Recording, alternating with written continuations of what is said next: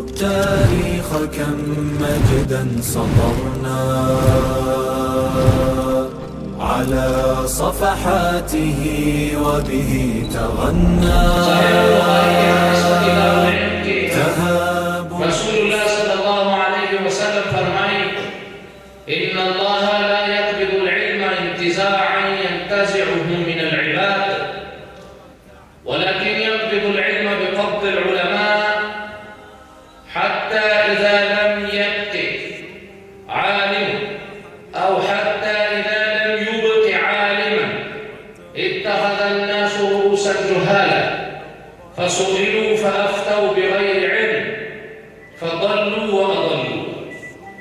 رسول الله صلی اللہ علیہ وسلم فرمائی وَإِذَا اللَّهَ عَدَدْتَ نَدَاسِ عِلم داس ختم کسی دی خلق رسیدون مباسی لیکن عادت مبارکہ دی اللہ دادا سے علماء ملکی وفاتی کی تردی پوری رسیدی دن رختون عالم پاتی نسی حالات پکم جتا ورسی کی جامعہ ولنا بیا پکم طرف روانوی اتخذ الناس رؤوسا جهالا خلق اخبر مشران دی علم والا پمنصب باندې جاهلان کې نوي فسئلوا یو جاهلان نه پختنی کیږي دی دین والا فتواوی وته پختل کیږي فافتوا بغیر علم علماء وین دوی به علم فتواوی کوي فضلوا واضلوا دا علماء بنو سناس دام گمراه و خطا دي واضلوا خلق خطا کړ.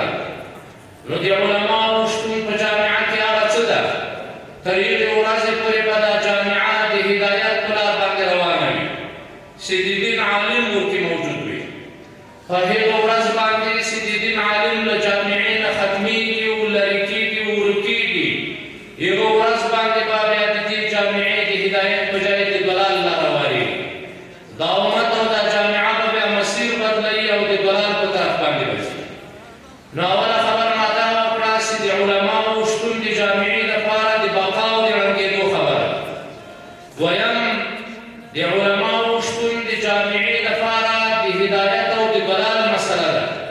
که په یوه جامعه کې علما موجود وو تر یو وخته پورې به دا جامعه د هدایت په طرف باندې روانه وي.